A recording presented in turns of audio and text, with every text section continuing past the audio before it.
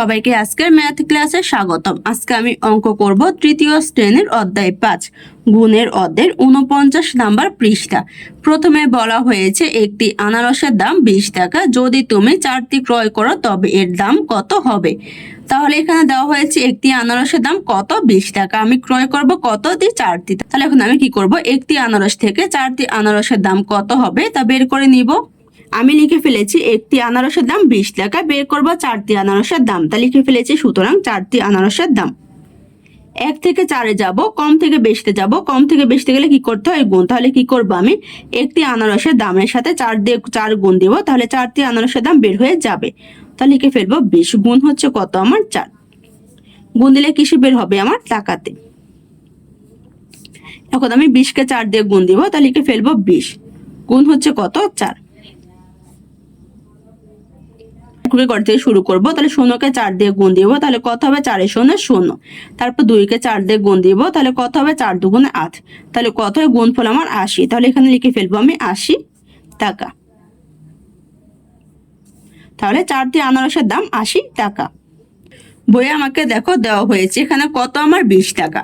এখানে 10 টাকা 10 টাকা করে দেওয়া হয়েছে। এরকম 20 টাকা দামে একটি আনারসের দাম কত, আমার 20 টাকা। এরকম কয়টি আনারস কিনবো, 4টি। এখানে দেখো তাহলে 20 টাকাকে ভাঙানো হয়েছে 10 টাকা 10 টাকা, কারণ 10-এর সাথে 10 যোগ করলে কত হবে, 20।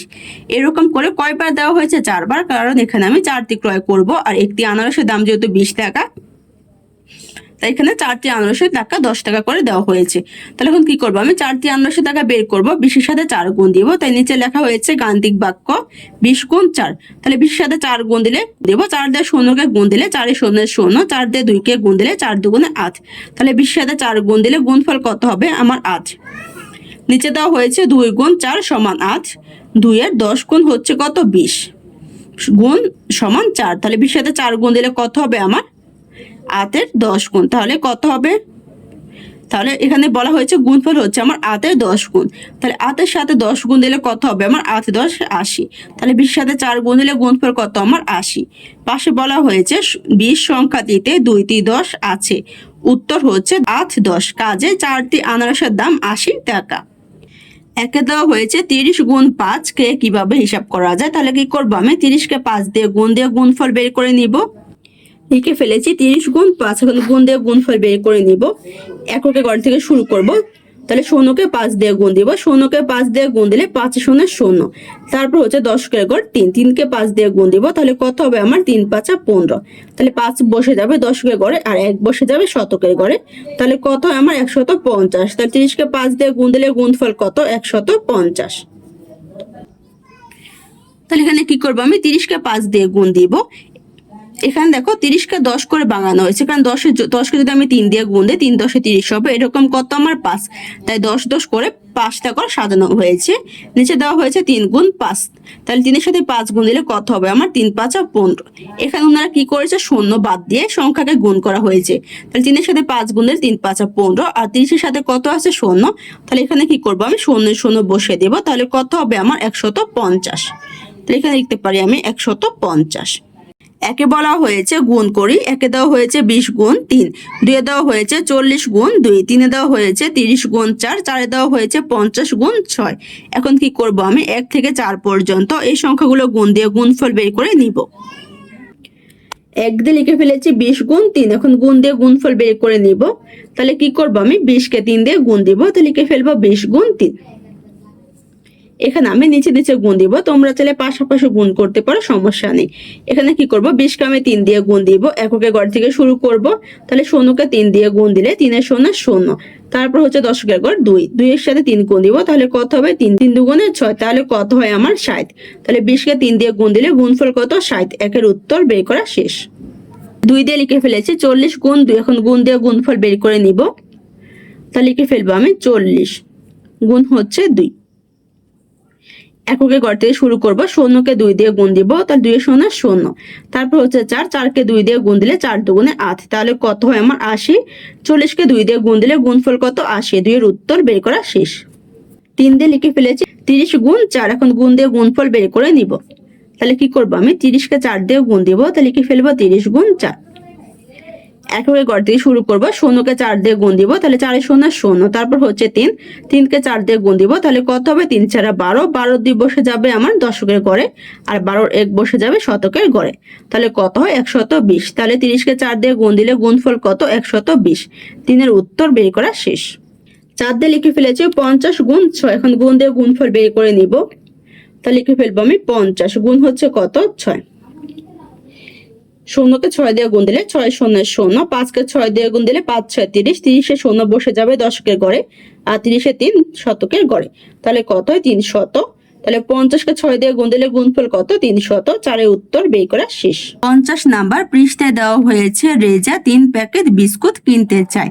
এক প্যাকেটের দাম 23 টাকা, এর জন্য তার কত টাকার প্রয়োজন? তাহলে এখানে প্রশ্ন দেওয়া হয়েছে যে এক প্যাকেটের দাম কত? 23 টাকা। তাহলে রেজা কয় প্যাকেট কিনতে চায়? 3 প্যাকেট। তাহলে এখন আমি কি করব? এক প্যাকেট থেকে 3 প্যাকেট বিস্কুট কিনতে কত টাকার প্রয়োজন তা বের করে নিব। আমি লিখে ফেলেছি এক প্যাকেটের দাম 23 টাকা। এরকম কয় প্যাকেট কিনবে? 3 প্যাকেটে লিখে ফেলেছি 3 প্যাকেটের দাম।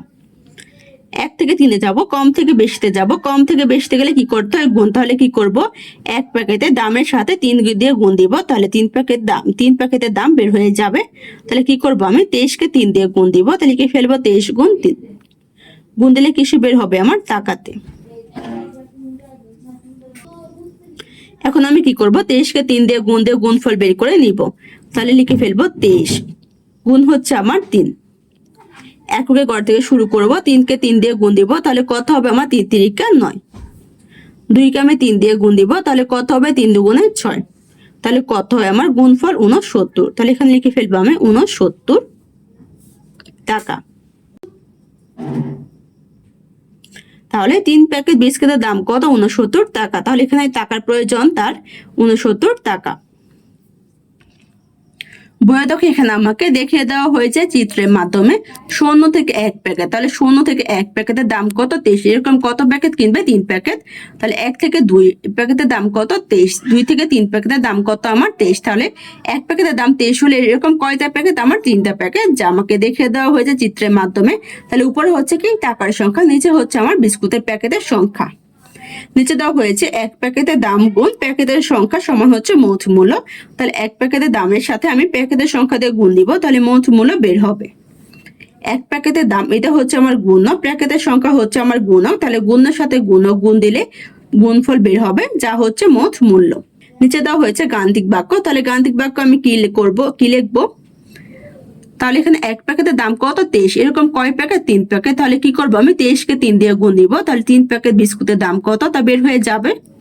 তাহলে এখানে গাণিতিক বাক্য হবে আমার 23 গুণ হচ্ছে 3।